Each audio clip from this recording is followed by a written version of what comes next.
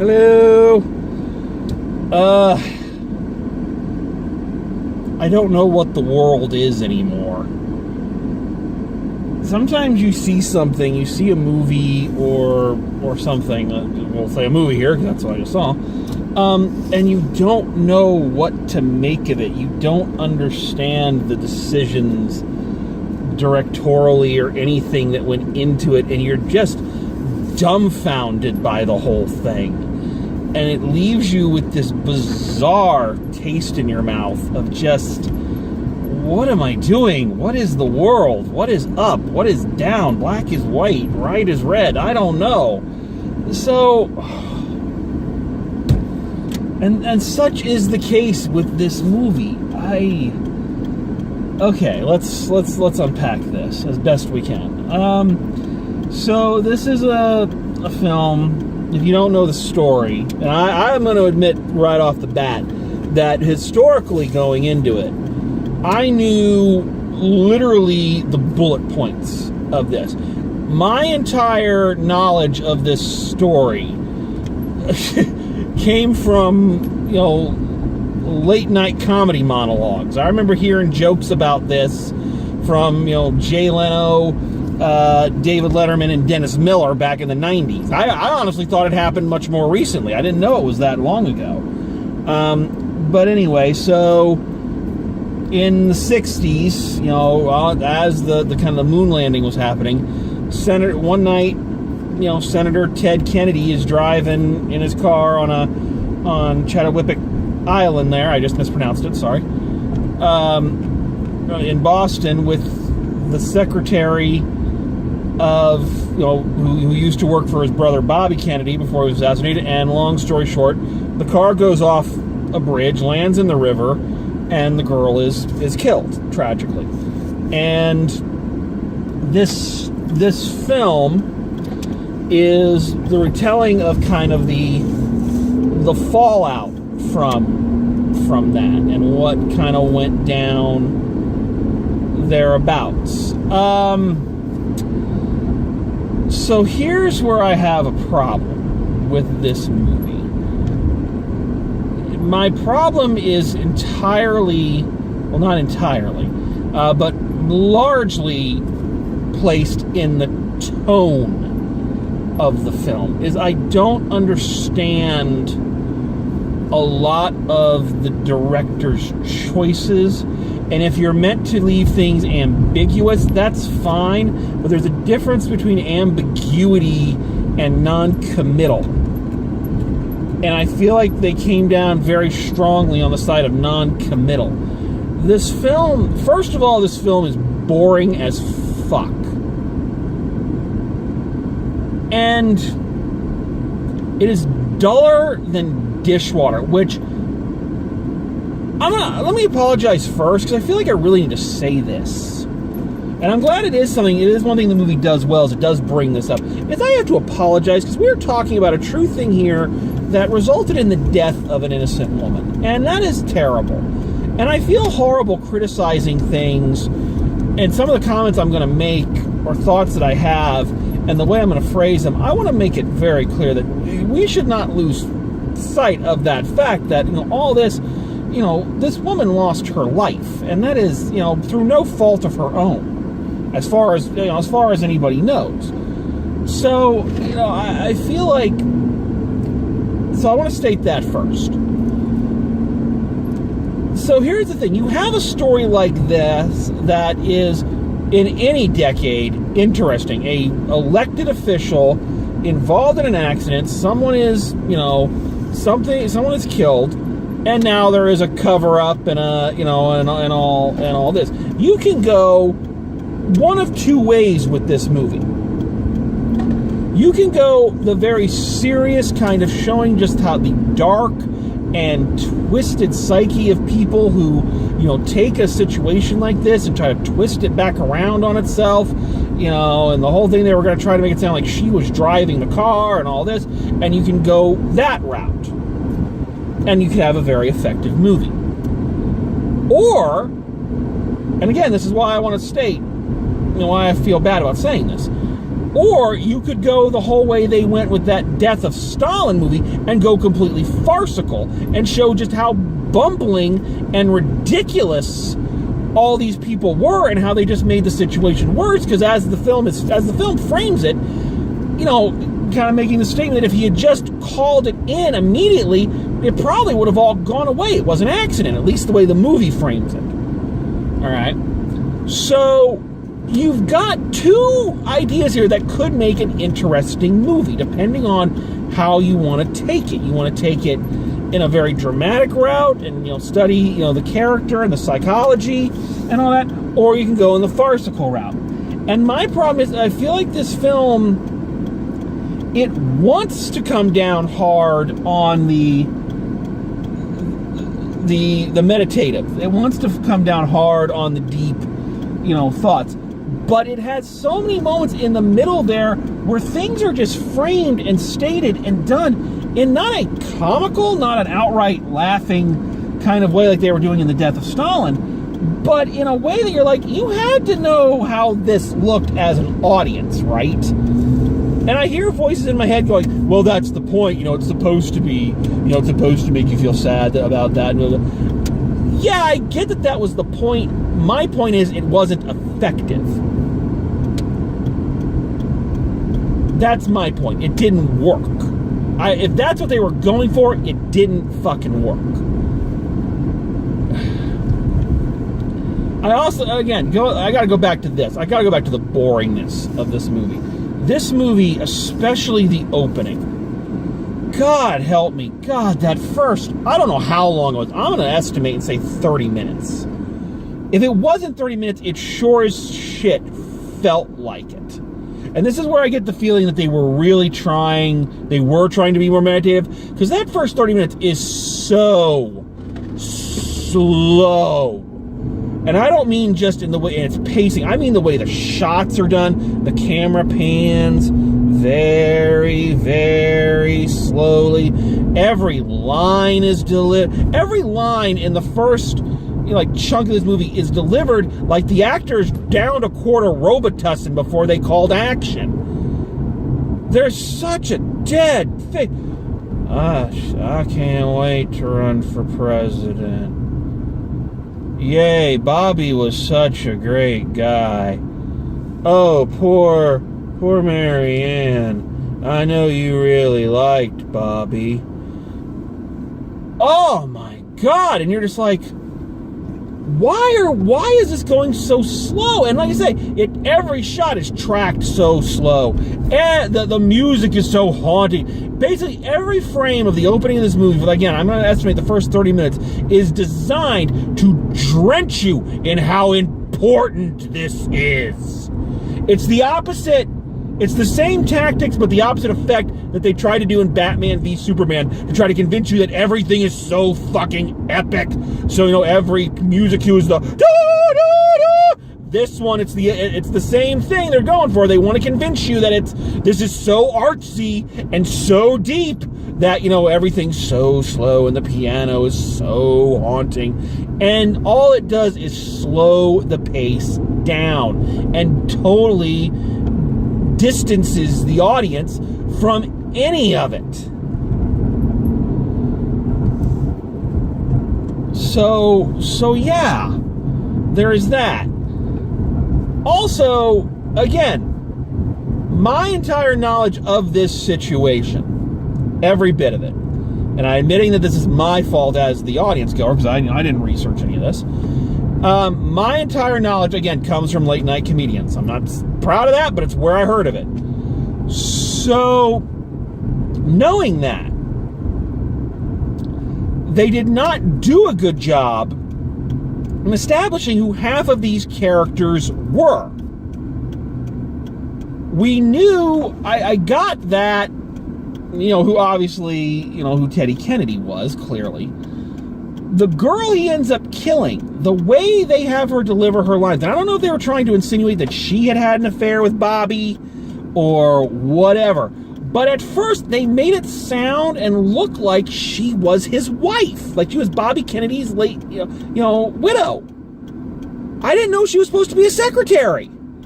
It took so long until they actually said a secretary is like, oh, so that wasn't his wife. They could have,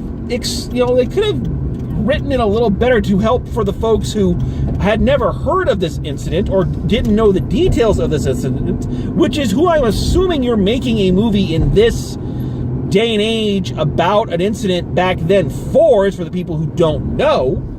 You could have been a little clearer about it. They also, and again, this is another thing I believe this was part of the point. I believe this was part of what they were going for, but it didn't work. The whole incident, the way the film frames it, is that it was an accident. They showed that he had a few beers, but they didn't show him drunk, or maybe he was supposed to be drunk, but the actor was so dull you couldn't tell. But from viewing, it didn't look like he was drunk. It didn't look like he was, nothing untawdry happened there, at least from the way the film framed it. It just showed they're driving, suddenly they hit a bump, they go off the bridge, and there it is.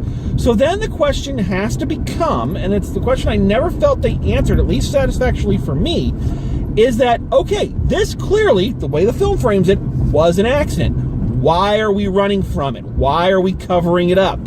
If it was an accident, you call it in, and, I get that, in public life or in politics, any indiscretion screws you. I do understand that logic. But if it's something that,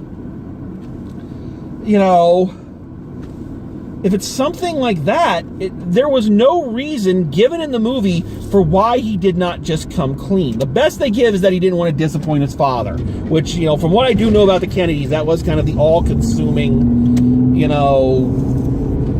all-consuming thing. You didn't want to upset Joe Kennedy. So, but still, that wasn't set up very well at the beginning to make it a logical payoff. I saw it with my friend Elizabeth, and she was saying that, she felt from the way the film was framing that they were trying to insinuate that there was something more they were covering up, like maybe he was drunk, or he was trying to have an affair with her, or there's something they weren't showing the actual audience.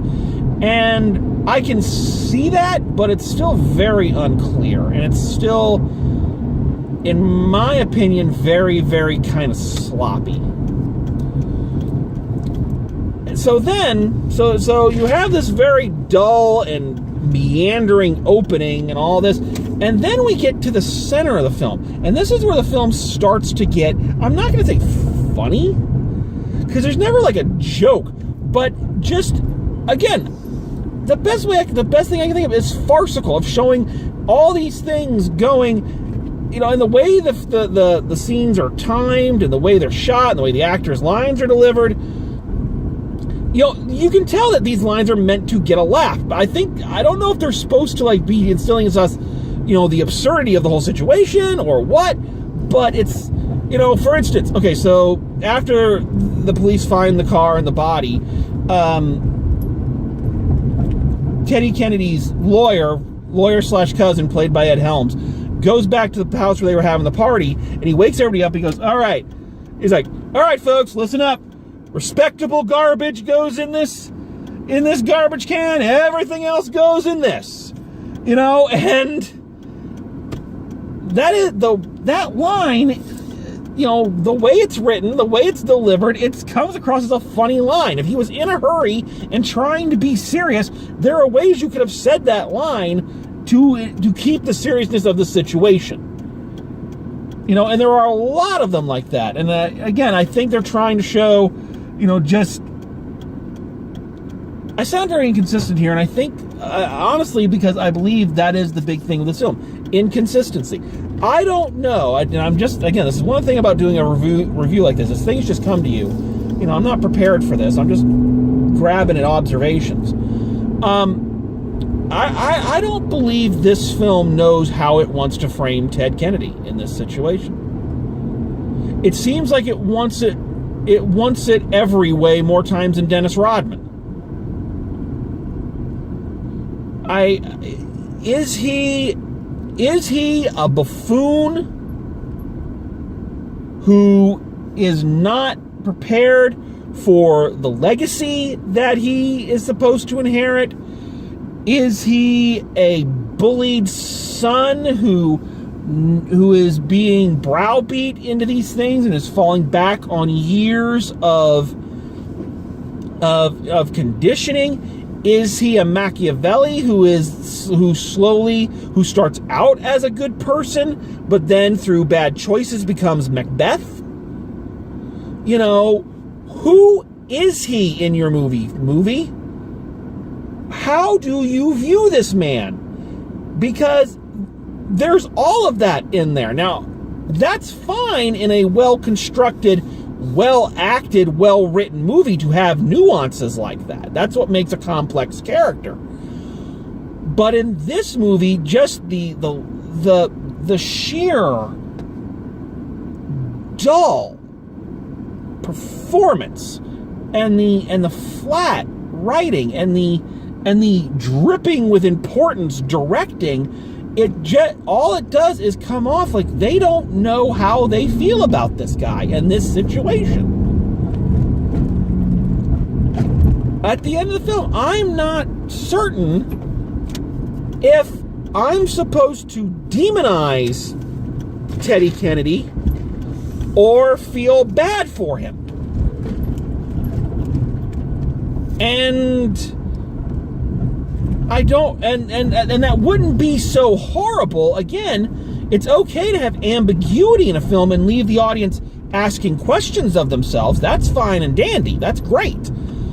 But I feel there is a very big narrative and, a very big narrative difference between ambiguity and non-committal.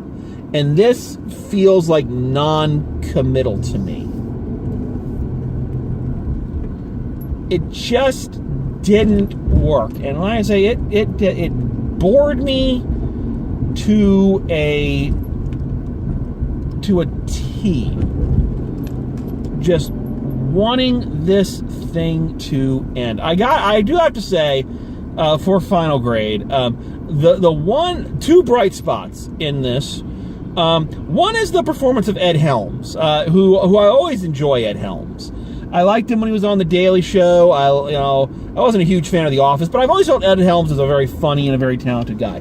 And, it's always nice to see somebody who's very funny and talented give a dramatic performance and do a good job. And I like his character who's like the one guy in the movie who, when all the yes men and all that are going around and trying to cover this up, he's the one guy going, a girl died.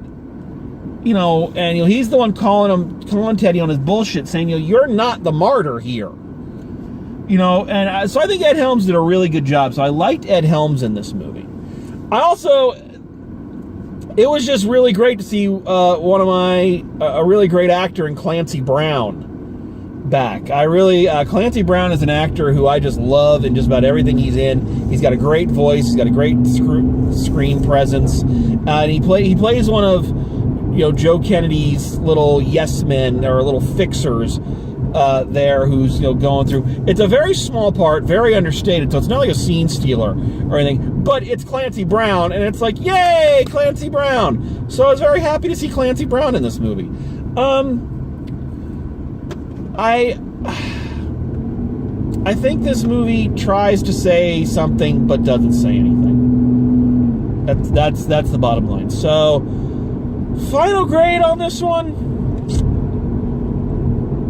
That is a tough one, because I'm going to be harsh. I'm going to be really harsh here, because part of me is saying I need to be nice on this, but I just can't. An F. I got to give this one an F, because I think they had the potential for a really interesting story either way they went with it, but they went with the most boring non-committal option, and as a result, it was tedious, and I didn't learn anything about the person, anything about the situation. Nothing new was brought to me. So I'm sorry. Again, I can't say it's a badly made movie. Well, I can say it's a badly made movie in my opinion. But yeah, the sheer fact is that there's not much I enjoyed in it, and the things I did enjoy, I enjoyed in spite of the rest of it. So I gotta go F on this one. So there you have it. So anyway, next couple days and weeks are gonna be freaking weird for me. I've said this before. I've got a show opening. You know, it seems like all these movies that I want to see, of course, are coming out when I have very little time. So I'm trying to wedge into the crevices there to see as much stuff, because we're coming up on my summer break when I'm going to go home. So I'm not going to be doing as many of these. So I want to try to get as many of these videos out as I can. So we'll see what happens. So that's about all for this one. So hopefully going to grab a couple more of these before the end of the weekend. And until next time, for Chewy and Mr. Chirpy, drive safe, and I will see you at the movies.